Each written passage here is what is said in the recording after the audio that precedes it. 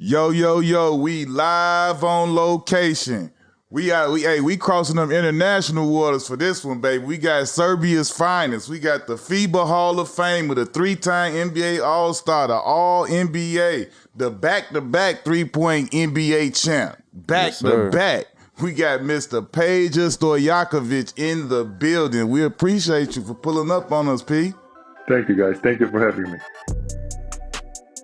First of all, man, we appreciate you being on our show. Been a long time coming. Just brought flashback seeing you after going through them double screens off the corner and stuff and chasing you and stuff. But we really appreciate you being on the show, bro. Thank you very much. When you first got to the league, who was the first person to bust your ass? It was definitely one of those moments. I think like first 10 or 15 games were like very challenging for me. My first shot at San Antonio, I remember opening game, my first game in NBA, my first shot was air ball. And I was so nervous, man. It took me a second, but it was the one particular game we played against Portland. Mike Dunleavy was the coach, and that's the way when the Portland was at the big lineup. Rashid played at the small forward, and I got in from the bench, and I was supposed to guard Rashid, and it was one of those moments where like they didn't even call a play. They went like, "Go at this guy." Straight up. go at him. So they post him up. He just, turn around, shot over me, but it happened 2-3 times in a row, and very soon I was on the bench. So yeah, one of those things, like, I'm sure you guys have experienced the same thing. Like it's once you figure out the pace, the length, the athleticism, I mean, everything is different in the league. Oh yeah, no, it's definitely the first person to bust my ass was Chris Webber. I remember playing against y'all, and all I seen was jump hook and jump hook and jump hook, and it was like, man, I can't block it, I can't do nothing, I can't get around him, I can't front him. Oh, yeah. Just jump hook. I know what you're talking about. Yeah. Let's start off in Croatia. Who's the first person to put the ball in your hand? So this is interesting. I grew up in this in a country called Yugoslavia, multi-ethnic country. My family and I were Serbians living in Croatia at the time. Okay. And I have only played basketball in the middle school. Like it was kind of recreational, and then after the 8th grade, civil war started in our country. And me and my family, we were forced to leave everything behind us. So we went to Serbia, Belgrade, Serbia, and that's what everything started for me. There was one coach from Red Star basketball club. He called us and he said, like, I had a friend that I've served army with him, who actually has lived in your town, and he has seen you play. I'm willing to give you a shot. Do you want to come and work out with us? I was 14 years old. I was pretty tall. Did not have any skill. I was coordinated, but that was my actually first serious contact with the basketball. Like we started kind of working out like every day, and it kind of started clicking for me very fast. Did basketball help you? Coming from a situation where it was about to be a war and going to a new place, did it help you kind of clear it, not really clear it out your mind, but help you kind of move forward? Yeah, it was my escape. Yeah, it helped me. It helped me find something new, something positive in my life. Seeing my parents and seeing other people who has left everything behind them, the struggle and all of that. Everything they worked for all their life, they had to leave behind them. Basketball was, I don't know. It's even to this day, I think about that. If war did not happen, I don't know if I would be playing basketball, because I grew up in a small town of 20,000 people, and I mean, the only sports that we played in school. Mhm. And I would probably continue and probably follow the footsteps of my parents. Maybe work in the small town, work the land and a farm. I Yeah. don't know. I don't know. It's to this day. It's life. It's life is so unexpected. Like what they are dealing to you each and every day. Yeah. And it was a blessing for me because I was able to kind of get away and just kind of focus on the basketball. But I was also lucky to have a coach who was a teacher, who was a mentor, who helped me learn the fundamentals of the basketball. Yeah. And it kind of like it kind of unlocked in me like those things, and it was like a domino. Like each and every day, I was getting better, and in 1 year, I became the best player in the country for that age. That's what I was gonna say. So you went from 14 to 15, turning pro. It was crazy. It was unreal. And we played against the men. It Right. was I signed my first professional contract the following year when I moved to Greece at age of 16, and that to me was like a relief because I was able to provide. I was able to secure a home for my family. Yeah. I was able to give my parents what they've lost. Yeah. Kind of try to rebuild their lives. Even to this day, I've lost my mother 2 years ago, but I've never succeeded in that because their heart was always there. Yeah. And but to me, it was a feeling that I felt like the satisfaction that you're able to kind of provide and support your family. So there was something else, and then obviously the pressure of perform in order to stay on the team, Stay on the Yeah. team. Yeah. because once you sign a contract, it's as we all know, it's you don't perform, there's somebody else Come right Yeah. behind you. coming Yeah. right behind you, and Yeah. and that was something that I had to learn from very early age, just the professionalism, just to be on time, get my workouts, and just understanding responsibility of what it takes to be a Yeah. professional athlete as far as performing and as far as like just providing for your family. Go back to when you was 14 and you moved. Did you see the Olympics or did you see anything to kind of be like, made you intrigued with basketball, or basketball was just a sport that you played? We have a really good tradition in our own country, in Serbia and Mm-hmm. Yugoslavia, Yeah. going back like 40, 50 years back. Okay. And the players that I had ahead of me, it was this generation that of Vlade, Divac, who I Mm-hmm. became a teammate later on. Then Dino Raja or Tony Yep. Kukoc, who was in Chicago. That's the same Yeah. generation that Yeah. was like 10 years older than me. That so I was able to kind of looked See up, them. Yeah. yeah, see them play and see them play on international level, and then later on in NBA. But as far as like seeing NBA, we didn't have that ability. It was mainly highlights, all-star games, and maybe finals. Yeah. But that was always so early in the morning for us to wake up and watch those games.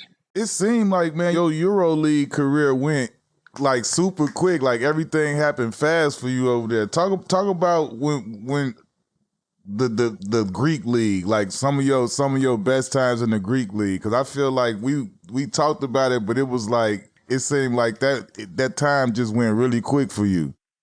So Greek league at the time, it happened to be, just to kind of give you a little perspective how the European leagues work. It's all based on the financial situation of the clubs. If the clubs can uh, can have big payroll, they're gonna bring the best players.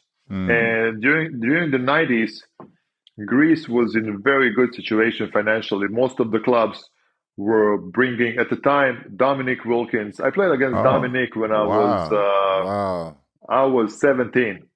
He went Wow. over there 17, averaging like 30, right? He was going crazy over there, right? Dominic changed the game. Dominic was like that was end of his career, and Right. Dominic brought the first EuroLeague championship to this club Panathinaikos. They later on have won another 5 or 6. But Dominic, I played against Xavier McDaniels. X-Man. X-Man. I played against some amazing Americans that kind of prepped me. I don't know if you guys remember. There was some solid vets. Anthony Bonner, he played Anthony for the Bond from Knicks. St. Louis. Yeah. Yeah, from He Knicks. from the Yes, Lou. Yeah. it's Cute. tough. Yeah. Yes, Anthony Bonner. Shout out to Anthony Anthony Bonner. Bonner. Yeah, so played against some amazing Americans, and that to me was I kind of like I would say like preparation to understand like the physicality and the athleticism of what was going to be. Expected. Yeah. But it was to me it was challenging because as I talked at the beginning, just the pressure to perform. I remember like my first playoff with the Sacramento Kings. One of the reporters came to me and said, "Do you feel pressure?" I said, "No, I don't feel pressure." I said, "Why?" I mean, I feel pressure. I mean, to play the game, it's an important game. But pressure is when the owner of the team comes to the locker room before the game and says, "If you guys lose, you're not getting paid." That's pressure. Right. Yeah. Right. You So, need that money.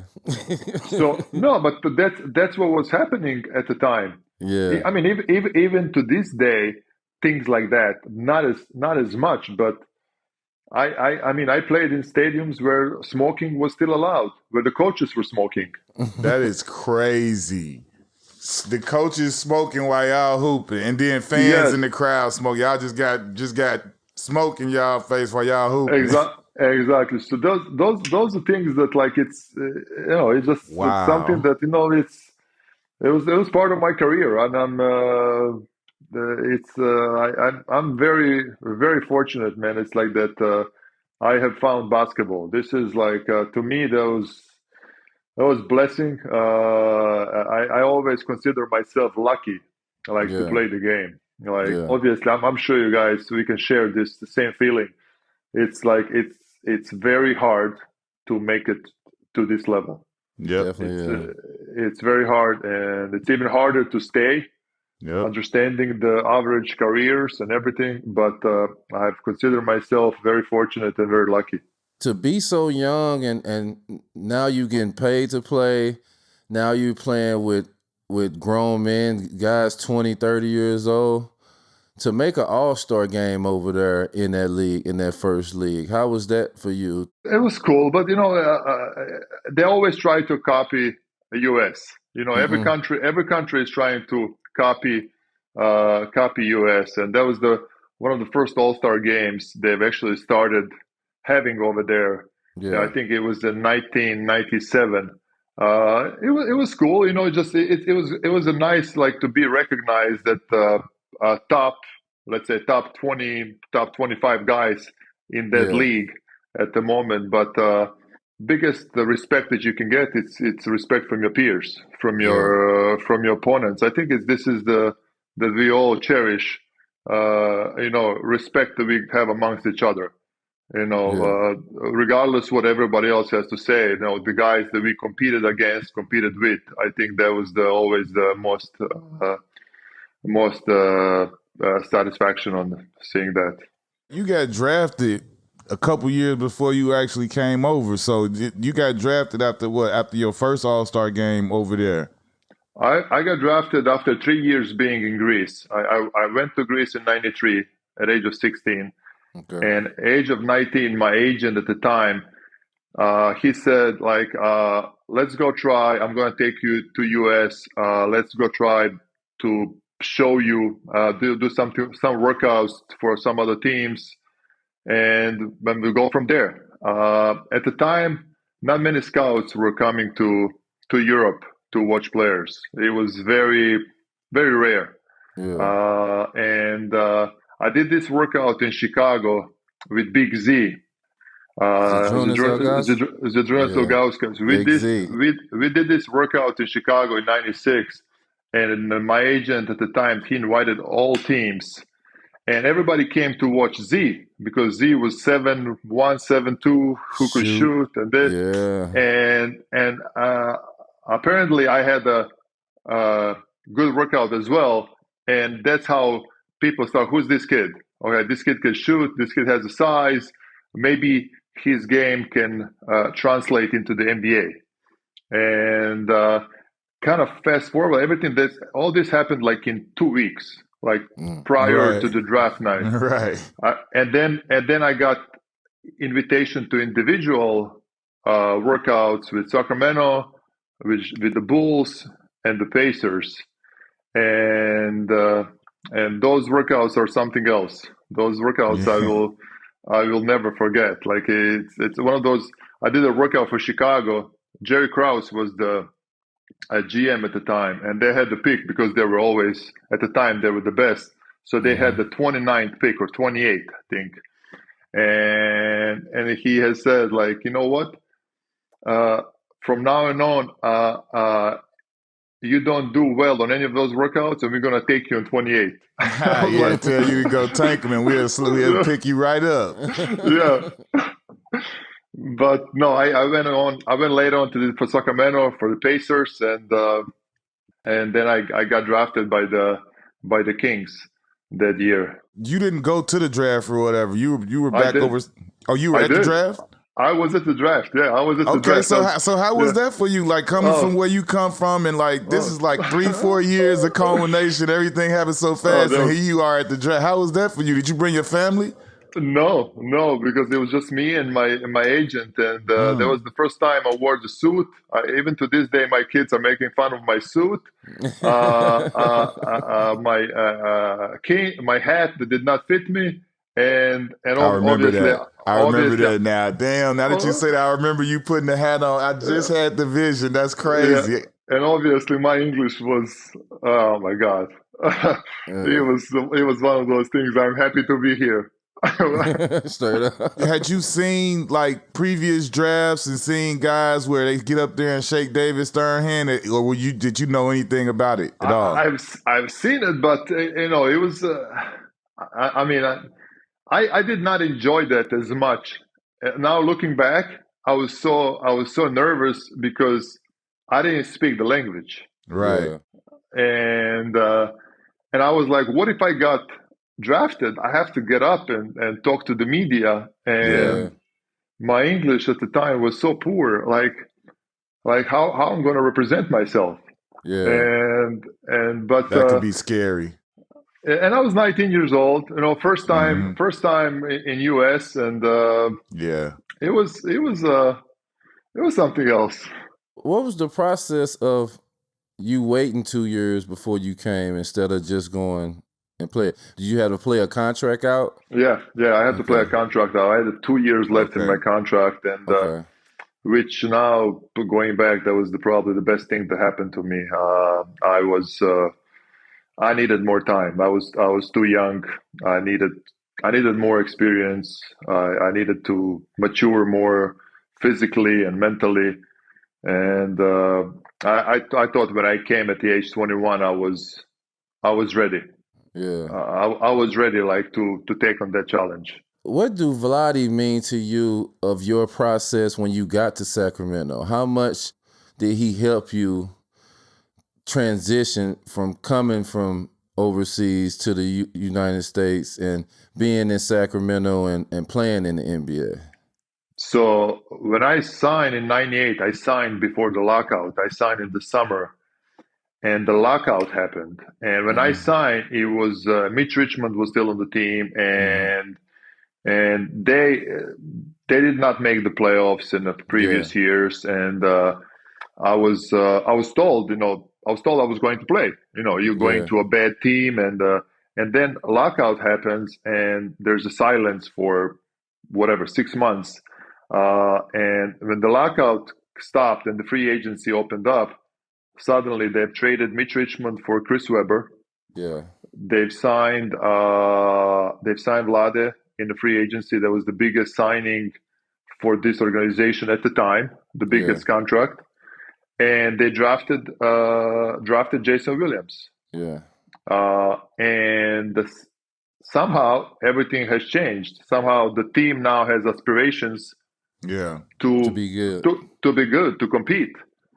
But actually it was amazing because everything kind of happened in your favor. In my favor, because Vlade was a great friend, great mentor. He's 9-10 years older than myself, and he was always there for me. But in general, the team that we had at the time, Chris, Corliss Williamson, Jason, you could definitely see the potential in the team moving on. And the first year, I think we made the playoffs. Yeah. It was a short season. It was a 50-game season. We were 8th. We got the last spot, and we played the Utah Jazz in the playoffs against Karl Malone and John Stockton, which we lost in the game 5. But it was very important for me to have a Vlade at the beginning. I think even to this day, I think for all of the young players now looking in, all of the young players, I think it's necessary to have that veteran guy in your locker room. Yes. The presence that they always can kind of put you in place. Yeah. Mm-hmm. And help you out. Rick Adelman wasn't the coach yet, though, right? Or was he? He was the coach. He was the coach. That was his first year. First year. Okay, that was his first year. Okay. That was his first year, yeah. How long do you think it took for you, like, before you start? Like, you averaged 11.9, your rookie year. That's solid. You know what I'm saying? That's super solid for a rookie. Like, how long did it take before you was like, okay, I'm kind of feeling comfortable at this level and playing against this type of competition nightly? But when you come off the bench, and when you're young, you don't know your role. You think that you need to make an impact right away. Yeah. And I was impatient, and I wasn't able to relax and kind of allow the game to come to me. I was chasing shots, and obviously making mistakes defensively and offensively. And some nights I would play 7 minutes. Some nights I played 27 minutes. Mm-hmm. And that for me was the biggest challenge, like to learn how can I be, because I always say, like, now, back then I could not stand people telling me be patient and work hard. I hated it. I hated it. I think everybody tells young players be patient or work hard, but you know what? This is actually the truth. You have to stay the course. You have to wait for your opportunity, and you have to find a way. How can you help the team? Yeah. I think every coach. I don't think the coaches hate players. I think coaches want players that can help them win. Yeah, absolutely. I think that's how I see it now. From this perspective. At the time, I thought coach hated me. Yeah, right. You felt like he ain't helping you get your rhythm because he up and down with the minutes, and exactly. You feel like how you expect you to play good if you up and down the minutes. You don't know your consistent minutes. Exactly. How did the Olympics, after your rookie year you played in the Olympics, how did the Olympics help you continue to move forward and continue to grow your game? It was definitely an experience on its own, because you're surrounded by the best athletes in the world, not only from the basketball standpoint, but you have seen, you go into cafeteria and there's guys that have played in 4 Olympics and they are going for their 4th gold in 16 years. Yeah. And then you get the appreciations for the other sports. And to me, that was like, more so it was an amazing experience, and also kind of understanding that basketball is not only sport, that there are other athletes who are as important, and they put and they put great amount of work into their craft. Tell us about in 2000 when it really clicked. Like y'all team is there. Y'all was one of the teams that every time we seen y'all was a close-knit team. We always seen y'all have fun, y'all root for each other, y'all was happy. And it showed on the court as y'all was winning games. Yeah, you're right. But you know what? Now I think of you guys. We did not love playing against you guys because you guys were young. I know you always guys gave us the problems in LA. Always. It's we always struggle. It was you two. It was Lamar Odom, as I remember. Yeah. It was Michael Candy. Candy. Yeah. And you guys were always like, because if we have allowed you to get into transition game, it was a long night for us. Yeah. And then you guys started all this, and and it was definitely a challenge for us. But going back to your question, I mean, it was. I think Jason was amazing for us. Jason was. I was very fortunate. I played with some great passers, Right. great unselfish players. Like, I think this is for every young player. This is like a dream. Like, you get in the NBA, your point guard doesn't want to shoot. Right. He wants to pass the ball. Yeah. Your best player, Chris Webber, he's the unselfish guy. One of the best passing big men. Exactly. And then you have a Vlade who's also looking to pass the ball. Yep. Yeah. And I'm You like, were in heaven. You were literally in heaven. And I'm like, this is amazing. And then we started kind of adding different system. Like, it was the coach Kirill from Princeton. He was assistant coach, and they took pieces from that offense and they put it into our system that already existed with the Chris and Vlade being on a pinch post, and we running a corner action, split action, and later on addition of Bibby and Doug Christie. Yeah. And Hedo was drafted. I think Hedo was in your draft. He was our draft. Hedo was your draft, and then Hedo came, Bobby Jackson, Scott Pollard. I mean, and then the game was so beautiful because none of us cared who's going to score. Yeah. Because it was contagious. Like, we learned. I remember Coach Kirill, and this is hard to explain because we learned that making a sacrifice for your teammate, as far as making a hard cut, is not going to make you always open, but it's going to make somebody else open. Yeah. And if you set a good screen, somebody else is going to get open. And this became contagious. We started thinking for others instead of thinking for ourselves. Right. And everything kind of opened up. And then as you play, and then we start tweaking, and we start like, okay, all right, how do they guard you? Are they guarding you on the top? Are they pushing you in the back door? Right. Okay, we're just going to throw over his head because he's not looking at the ball. So we were able to adjust but it was definitely the best years of my NBA career with the Sacramento. You know, you hear about the Sheeds, you hear about the KG, the Duncans, all these guys, but just touch on Chris Webber and just how good and great a teammate and just how good he was to lead the Sacramento teams to be contenders, to be a championship contender. I agree. He's the reason why we became who we became. Like, I think he made us all better. He changed everything in Sacramento.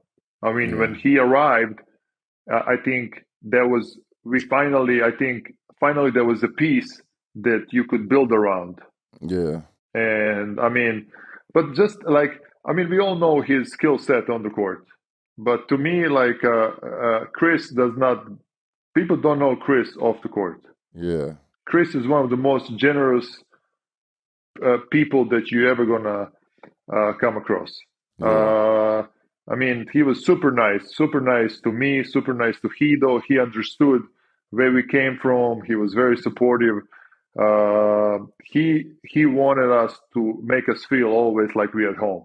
Yeah. And that's talking from the personal experience. I mean, those are the kind of things, because looking him back as a player, I mean, we all know how talented he was. I mean, it's a guy that was 25, 10, and 5 in his sleep. Straight up. And that 5 is Trust me, key, because people I wouldn't felt get they might get that dub, but they wasn't felt it distributing the before. way he was. And the 5 back then, the legit 5. Yeah. Legit 5. Yeah, I felt it. Yeah. So it's definitely was being a teammate. I was a teammate with Chris for almost 7 years, 6.5 years. Yeah. Definitely was important. Man, shout out to Chris Webber, man. C-Dub, man. One of my favorites sure. ever. Talk about how the city of Sacramento and the fan base embraced y'all and how that support was, because I can remember how loud it used to get in there.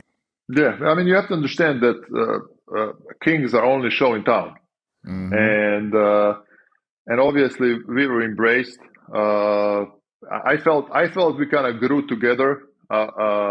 We were able to put Sacramento on a map. I think people started talking about as a Sacramento as a city.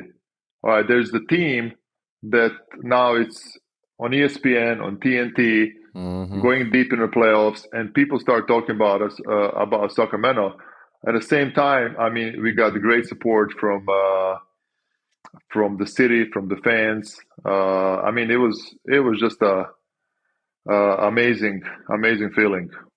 How important was it when Turk got on the team to make sure you helped him out transitioning from coming overseas and coming over to play? Because Turk told us a lot of stories, but he definitely told us if it wasn't for you and Vlade, he don't know where he would have been at coming. Yeah, you play with Turk, am I right? You play in Orlando? Top 5 funniest dude ever, ever. And he's tiny crazy. Tiny. Oh, yeah. I don't know about tiny, but yeah. But you know what? When Hido got drafted, he gave all his contract to his family. No, to buy his contract. Oh, yeah, to buy out of the contract, Turkey, yeah. Buy out a contract. Yeah. And I remember when he came and he was like, how I'm going to live with, I think it was, what was left, it was like, I think 100,000 for him to kind of get by. But immediately, I think we felt like, Hido is our younger brother. I kind of understood that. And Vlade, of course, him being my older brother, my mentor, I felt both of us, we needed to kind of step in. And from that moment on, Hido was with us. Hido was at my house. Yeah. My mom was cooking. Hido was he was with us every day. He was on the road with us, and Hido was such an amazing talent. People don't understand. Yeah. People don't understand how talented Hido was. Yeah. Like 6'10", legit 6'10". Yeah. And I just kind of, as I look back, I wish we had more time to play together in our prime. Yeah. Because in 2003, they had to move Hido because I think Chris Webber got hurt in the 2003 playoffs to go get Brad Miller. Yeah. I think there was a 3-way trade. That's right. That's right. They had to give up Hido, and we got Brad, who was also amazing for us. But Hido was, some great stories with Hido. I mean, it's his Hido did not care. Hido didn't care. He was a hooper. I remember his first year because Hido became American right away. Immediately. Hido became American. Hido started dressing up. Hido started listening to hip hop music. He literally told us, like, that's how he learned English from the guys. Like, you can kind of tell when you listen to him talk. You can tell. He said he started wearing baggy clothing, listen to the music, and And all the guys in the locker room, like Hido became a favorite guy in the locker room. Everybody loved Hido. But Hido's rookie year, we playing Cliff Robinson. I think Clifford Robinson was with Phoenix Suns at the time. And as we are playing the game, and Cliff at the time, I think he was already 34, 35. Yeah, he was older. And back in the day, you could not talk trash to veteran players. vets, it was like they will check you. Yeah. Like, so he was screaming from the bench, like, he's learning a new terminology in practice, and he's like talking about like he's yelling, let him shoot, let him shoot, let him shoot. So Cliff looks at us like, who's this guy? Like, who's this guy? Does he ever play? And he has been talking trash, and then later on after the game, as Chris was talking to Cliff, and Hido is coming out of the locker room, and Cliff calls Hido, like, Hido, come over here. Young fellow, you can't do that, man. I mean, I understand if you play and you talk trash, but you don't even play. Classic Hido, man. But it was so fun. It was so fun with Hido. Tell me this, Peja, because I asked Hido this when we had him on the show, because me and D Miles used to always talk about how you, Hido, and Vlade would come in with the all black with the Euro suits. Like, who started that and who got that going? Hido said it was you for sure. No, I mean, obviously for us, just coming from Europe at the time, I mean, obviously everybody were laughing at us. Like, Vlade never cared about dressing up. It was always like, dress pants, whatever. And I started wearing suits, and all the suits were slim fit at the time. Right. Now everyone in NBA. Yeah. Everyone has You was a pioneer with that. You was already doing it. Everyone. I remember Bobby Jackson was like, every time he would see me in the suit, he was like, God damn, how can you fit in that? You need a surgery to get out of those jeans. And I said, Bobby, listen, in 20 years, who knows? You might be wearing the same. And now when a couple of years ago, when I was working with Bobby for Sacramento Kings, Bobby was coming in those tight ass suits. I said, Bobby, you remember that 20 years ago? He said, I do. That reminds me of Marco Yard. Like when we drafted Marco Yards, he came over, and that's what Marco was hilarious because he was proud of his clothes, and he felt like everybody else looked like clowns, and he was wearing this is elegance, man. This is elegance. He like, this is fashion. He was like, what are you guys doing? He used to be hilarious, but Marco would be having that slim, tight stuff. You couldn't tell Marco nothing. We actually had to play because they started calling me tight jeans, and we actually had a play that we called TJ, and that was a play for me. I would come out of the stagger pick for a shot, and Doc Christie would come, let's go TJ, and everybody's like, what's TJ? After 3-4 years in the league, you make the All-Star team. Now you represent Sacramento at the All-Star team as well as your family and everything. How was your first All-Star game, and how did you find out that you made the All-Star team?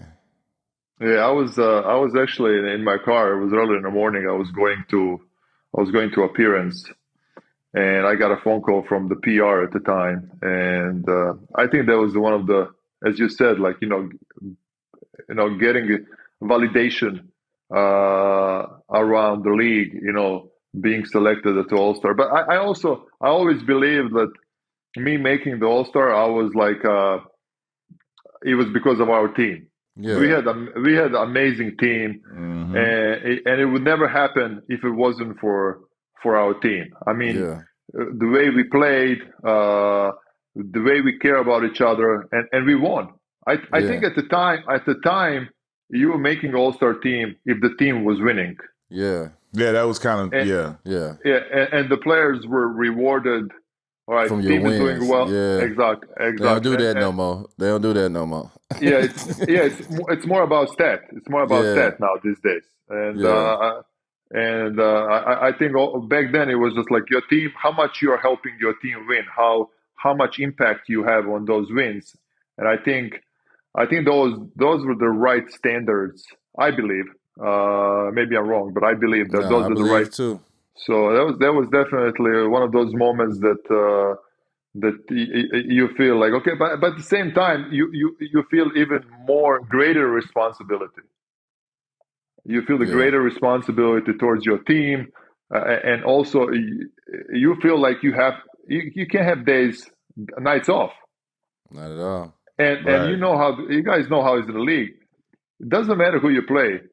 There are so many talented guys in the league. Yep. Every night. Every night you got to bring it. Yeah, Every night. Hey, D Miles, you can sit down right quick. Just sit to the side. You don't know nothing about this I conversation. I'm about to definitely don't know venture nothing off about shooting the into. threes, You know what I'm man. saying? We about to start talking about something that's out of your realm of ability. So, you just sit there and just listen here now. I appreciate you letting me know. But no, Peja, had you had aspirations in trying to be in the 3-point contest, or did it mean anything to you, or how was it when you first got to go to the 3-point contest and win? You actually won back-to-back 3-point contests. You know what? To be honest with you, I was nervous because it's not easy. Hey, Like listen. it's not. I was because it's different when you are at a gym by yourself and you warmed up and you have your rhythm and you are just in the groove. When you sit on the bench over there for whatever 10, 15, 20, 30 minutes and they've called your name and there's all these people around you, lights on, 60 seconds, let's go. And I don't know. I think it's for me it was like blocking all the noises and try to catch. How can I catch the rhythm? How can Right. I? The sooner I catch the rhythm, is going to be better for me. But you never know. There's. I was fortunate. I've competed against some great shooters. It could go to any of those guys. Yeah. Yeah. But it was definitely every time I competed. I think 5 times, and every time I was nervous. I know how I felt. Like, were you nervous? Like you said, when you sitting over there with the guys on the bench, I was cool then. When you go sit on that little block to let the little. That's when it's like it kind of because like you just sitting there and it's like you looking You're around like next. okay, like now it came all down on me. Like it was like you here now, like it's about to happen. Like it's just you, like.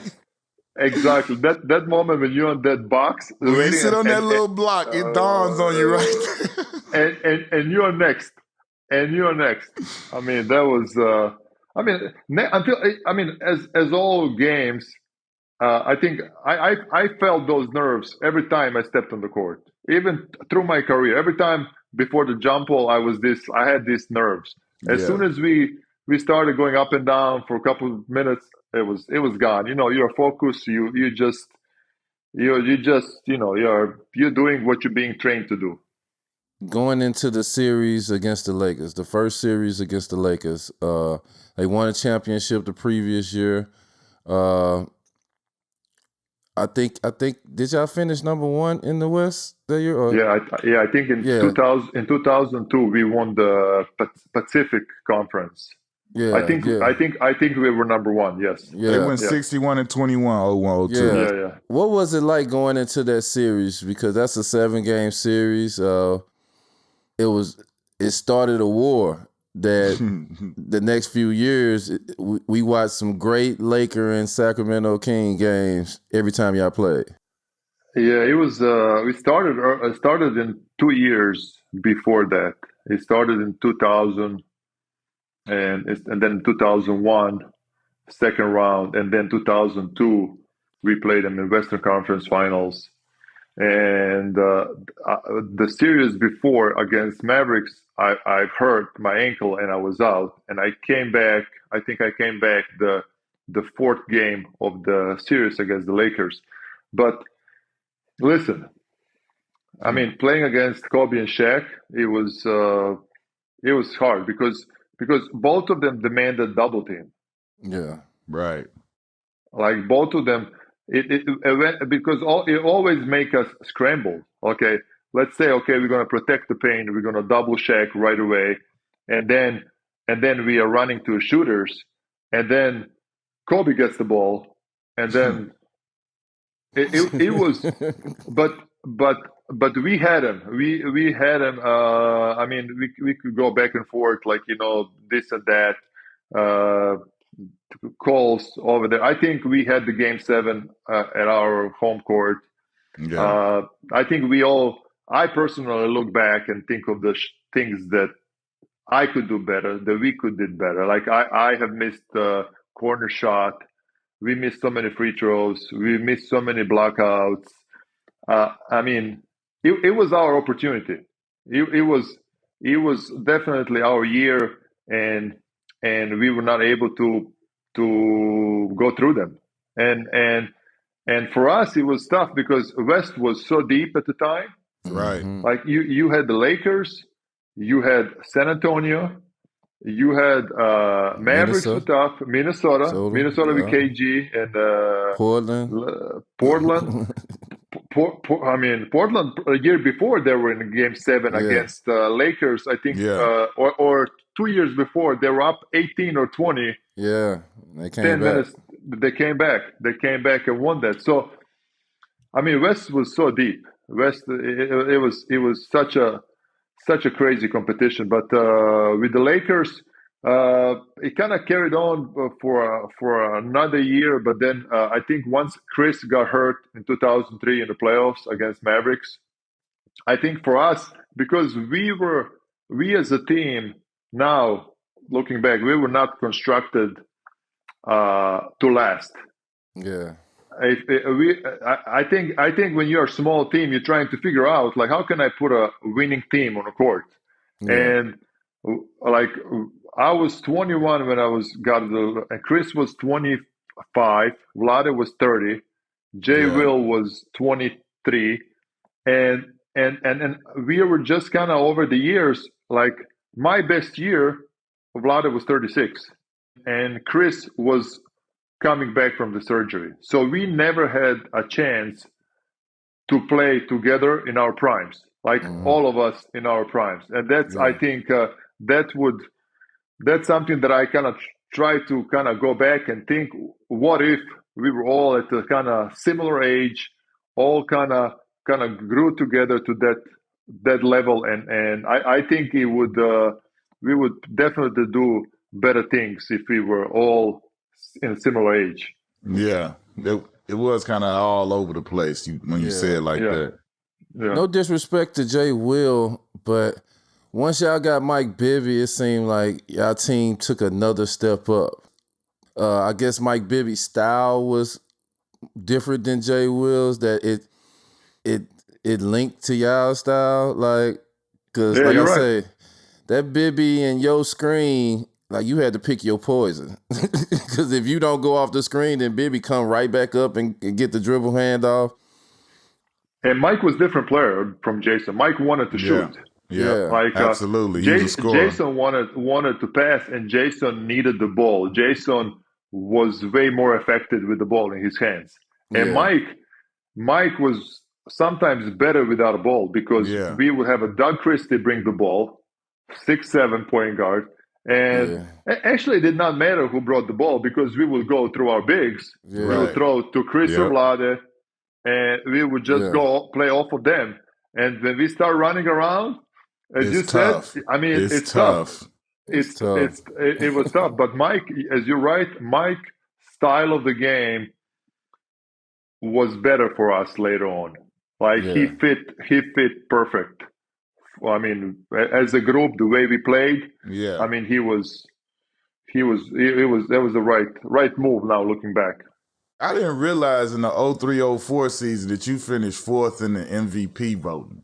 Was you got to think that was probably your best individual year. You averaged 24.2, 6.3, shot 43 from the 3. You was all NBA second team. Like, y'all team went 55 and 27. Like, Was that, you think that was your best year being locked in, like as individual performance? Yeah, I think it was.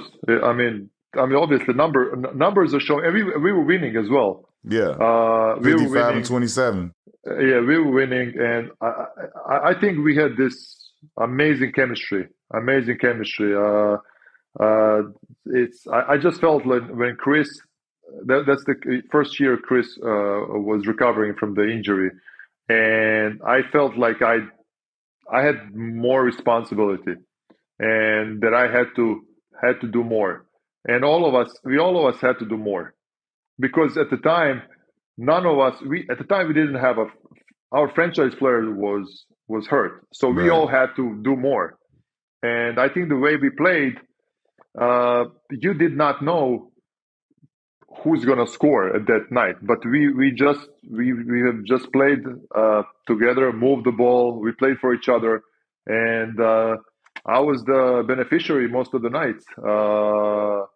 And I, yeah, it was a good feeling, man. How did you feel finding out like that you was fourth in MVP voting? Like, did you even think that was even in the realm of possibility? Yeah, yeah. Obviously, it's every time you're being put in a conversation with KG and who else was in that? Gotta be It the was Duncans and Kobe. Duncan, Shaq, a couple of those guys. I mean, every time you're in a conversation with those guys, it's definitely a huge compliment. But I mean, listen, I've said that, like, to me it helped tremendously that I was on a team that Unselfish. care. They were unselfish and they care for each other. Like, I was lucky that my first team in NBA was Sacramento Kings. Like, Yeah. I was with the guys that wanted to share the ball. They really cared, because later on, after I moved, and we always think it's better on the other side. Right, right. You appreciate them Yeah, yeah, Kings The now. grass ain't always greener, baby. We find that out the hard way I sometimes. yeah, definitely did. It wasn't yeah. like the Clippers once I left.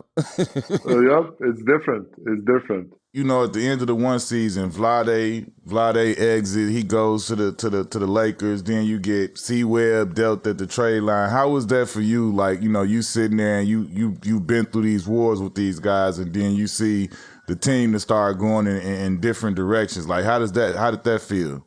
As the writing on a wall. You know the feeling. You know you're next. It's Right. My days are numbered. My days are numbered. yeah. It's like, you're next. It's like at some point, Vlade he was 36. It Yeah. was he was at the end of his career. Uh, Chris, 6 months later, he was traded, and then 6 months after Chris, I was traded. Right. And Doug Christie, I mean, all of us were were traded at some point in time from 2004 to 2006, or yeah. And I mean, that's normal. That's normal. Yeah. I think we had our run, and window of opportunities was closing for us, and they had to make these decisions. Do we keep some of those guys? Do we pay them, or do we trade them and then try to get somebody different and build over? Yeah. How was it going to the Hornets, but then you had to play your first season in OKC? Had you ever been to Oklahoma City? Like, how was that? Yeah, a year before, when I was traded to Indiana, we played OKC. I mean, Charlotte in OKC. I mean, I was a free agent, and obviously, having Chris Paul and David West, that kind of helped me. Uh, uh, Besides financial reasons, that kind of helped me to go to that organization. And Byron Scott was the coach Mm, who was assistant coach with Sacramento Kings his first year as a coach in the league in 98, 99, my Mm. rookie year. And I played against Byron Scott in Greece. This is like okay. us. It's crazy. So that was like that was this connection, and then getting Tyson Chandler that year, and I just wish I was, because 2 months into that season, I tweaked my back and I had the back surgery. And Yeah. after that, I was never the same. And it was a downhill for me as far as physically and always trying to figure out. But I think it was a blessing also playing with the young group, playing with Chris, Yeah. who was also unselfish, who was also trying to make plays Yeah. for others, and that kind of helped me. And at the time, I just became the guy who spaced the court for him Mm-hmm. playing the pick and roll With with David. Tyson and David. And actually, that the following year I came back from a surgery. We were, I think, we won 50 plus games. We Yeah. were third or second in the West. Byron Scott became a coach of the year, Yeah. and in the second round Yeah. we had took San Antonio to Game 7. Yeah. It was a pretty good year for us. How was it to see, the young Chris Paul, Tyson Chandler, and that was kind of like where they got that connection with the lob and things like that. How was it to see those guys as young boys coming in? I think it was a kind of perfect marriage. Tyson needed Chris, and Chris needed Tyson. Yeah. Right. uh, because Tyson was young. I think he came from Chicago. I think Mm-hmm.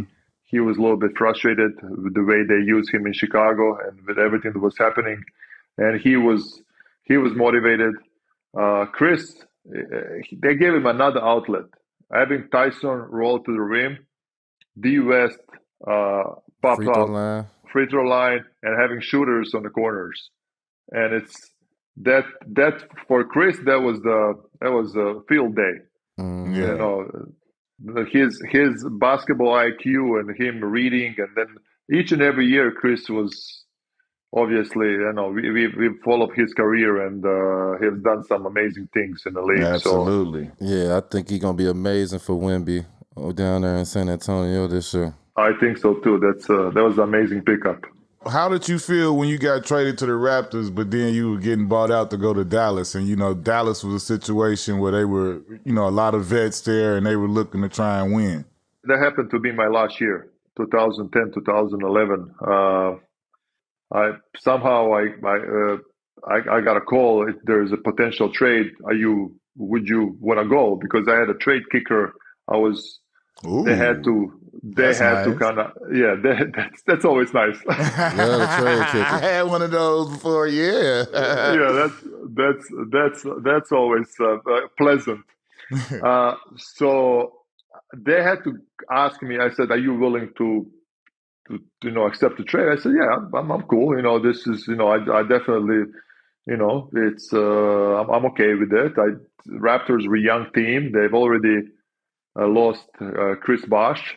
They've just drafted the year. I think DeRozan was in your draft. That was his. No, his 10 years later, Yeah. 2010.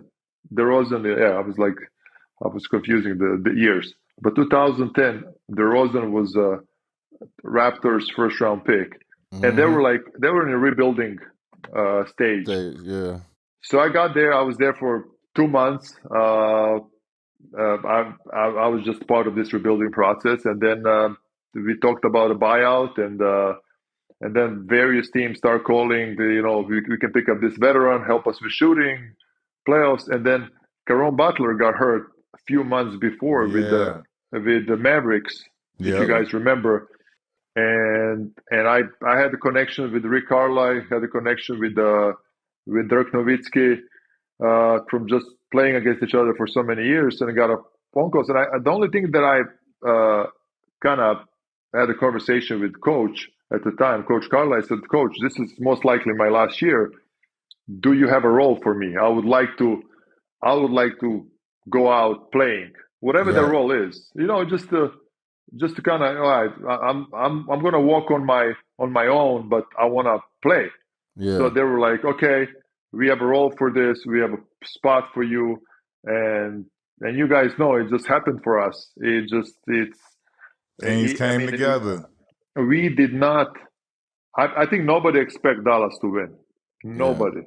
Nobody. And I remember our first round against Portland. and we were down halftime, first game at home. Andre Miller was cooking, and we were down 10 points and a half. And Dirk is walking back. He's like, another year. Like, I'm tired of this. And somehow, I don't know, we turned that game around. Each and every game, I think teams started clicking, and obviously Nowitzki was amazing in the playoffs, and that team was built for their one run. I mean, having so many former All Stars, former good players, and just everybody understood kind of what it takes. It was no egos. All right, what do we have to do? Whatever it takes in order to make it happen. We all know how hard it is to actually win in this league and what it takes and what it goes into it and the commitment on a team level. So to get to feel that moment and get it there and have the champagne showers and all that and to hold that trophy, like, how did that feel for you?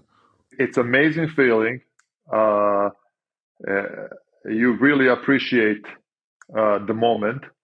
But my mind was, at the time when I won, I think when we won the championship, Mike Bibby was with Miami Heat, and I walked to Miami to walk to Mike Bibby, and both of us like, there should be an us 9 years ago. That's Think crazy. About the guys, yeah. Yeah, and we cannot, and that to me, like, because at the time both of us we had star roles, we had more responsibility. Mm-hmm. But as you said, it's hard to win in our league.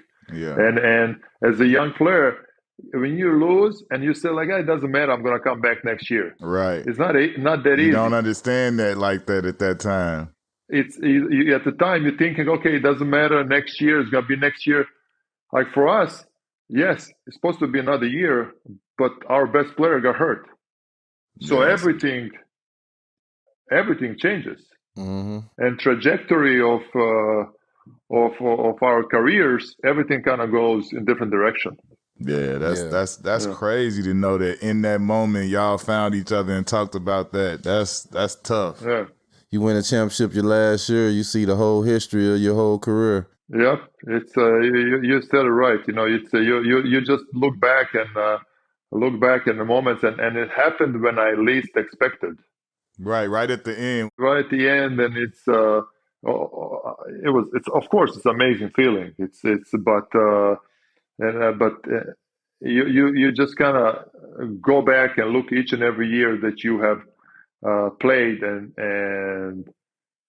you wish that you had same understanding for the what it takes to win at the high level. After you win, and obviously it's the celebration, y'all got the parade. Like, did you tell the team like, that's it for me, I'm done, I'm officially done? Like, how did all of that go in the process of you stepping away?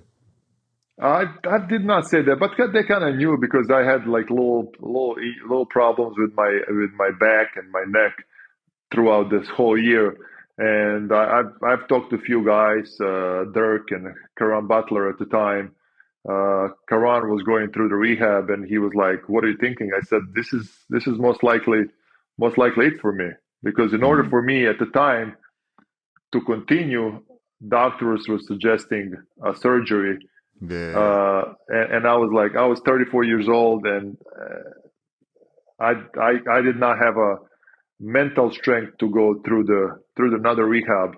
Yeah. And you guys know it's hard when you come back from injury and you don't think about the game anymore. You think about, how can I prepare my body for the game? Yeah. It's not the game anymore. Yeah, you can play. You just trying to get your body right enough to play. Exactly. Yeah. Luka's from Croatia, Jokic from Serbia. Did you know them two guys or heard of them two guys before they came? So I'm too young, man. Like, I wasn't that tapped in. It's way too young. Especially Luka. I played against his dad. His dad is my age. Wow. so I played against his dad growing up, and then we all know how Luka emerged on the scene, and Yeah. obviously he's one of the best players in the league. Jokic was not known in Europe. He played in this small club in Serbia, and he's one of those guys that did not care. I don't know. You probably have seen the footage. Yeah. He was one of those guys, like, he's like, so I just love to play the game, and whatever happens, happens. And credit to Denver, they drafted him in second round, Yeah. and who, I mean, One of Got the a best championship and bigs 2 ever. MVPs from. and One of the now, best and players now it's ever.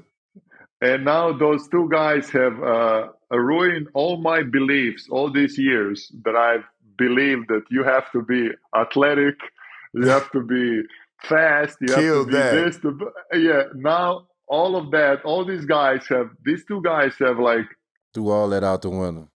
exactly. Those two guys are just a great example what fundamentals can do to the game. When you came in, it was nowhere near the international presence in the NBA as it is now. Like now, when you look at the game, like you say, you see the Lukas, you see Giannis, you see guys from everywhere. Like, how do you feel about that? I am very proud of the current international players and their impact on the game.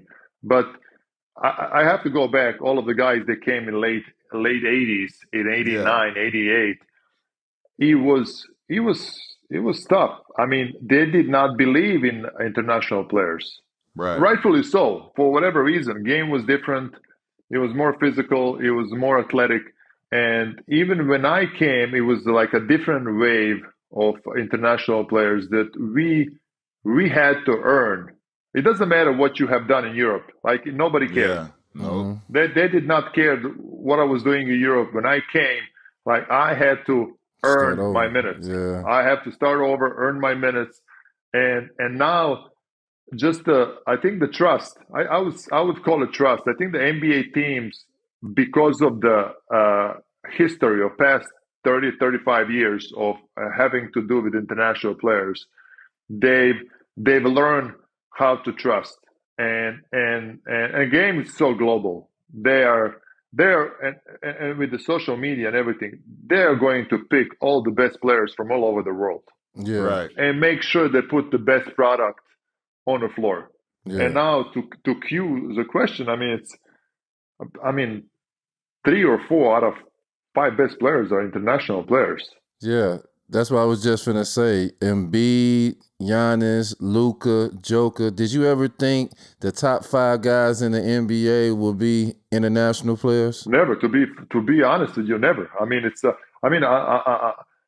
Americans have such a deep history in basketball. Like you guys were always so much more advanced. Yeah. We always looked up to the way the game was played in America. And now I think this gap is being reduced.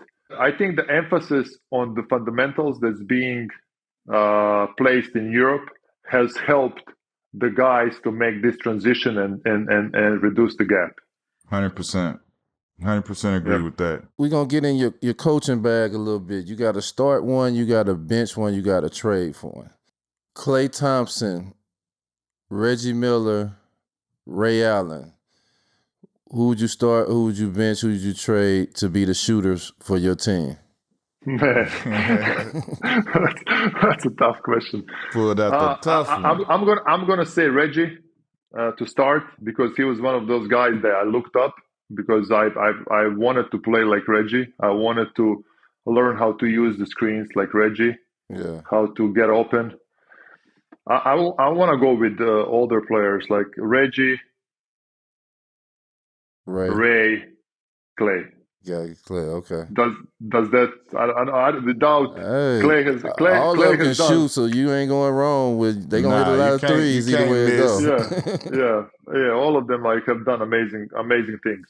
Out of all the teammates you played with in the NBA, if you had to make an ultimate 5 and pick 4 more players to make your ultimate 5, who would be them 4 more teammates that you played with to make your ultimate five? Oh my God. Okay. Chris Webber, Yeah. Yeah, center or power forward? power forward. Okay. I did not play with. I think Vlade was the best center, but I would take in today's game. I would take Dirk to put him on a five. Okay. I would take Dirk on a five. I would take J Kidd because J Kidd was. I played with him only. Forgot about J Kidd right quick. I played with J Kidd only for 6 months, and this is not any knock on Chris Paul, but J Kidd was. I think he changed the game. I mean, he came out of the college. Yeah. I think he's one of those players. I think the last players at the time that believe that advancing the ball, it's always. I mean, his ball had a different energy. Yeah. I mean, true. And shooting guard. Oh my God, shooting guard.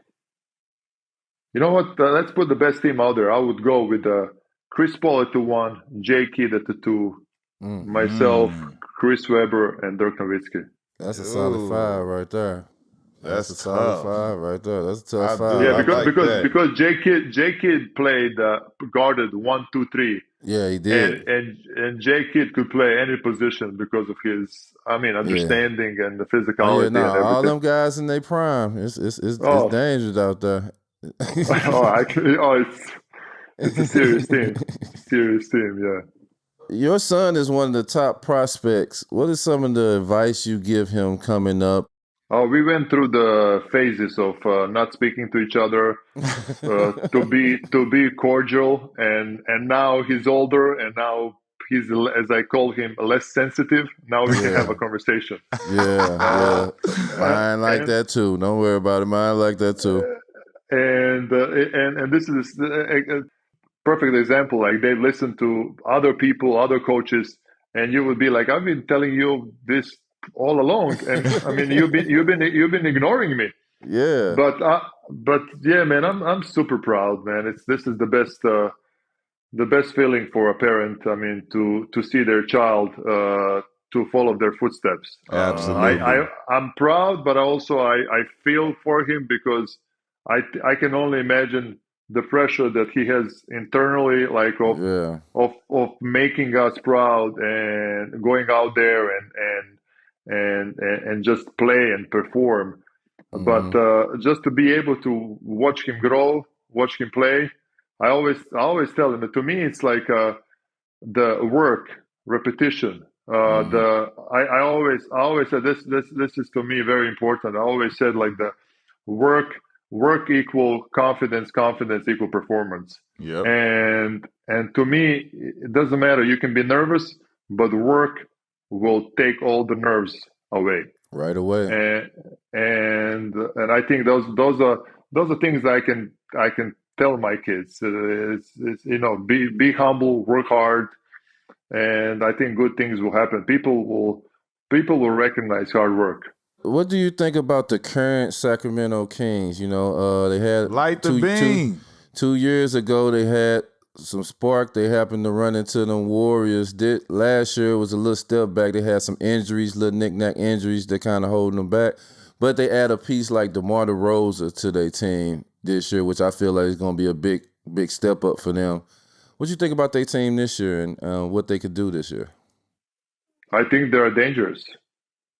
I think they're skilled. They're deep. I think the only position they wish they have addressed is to have a rim protector.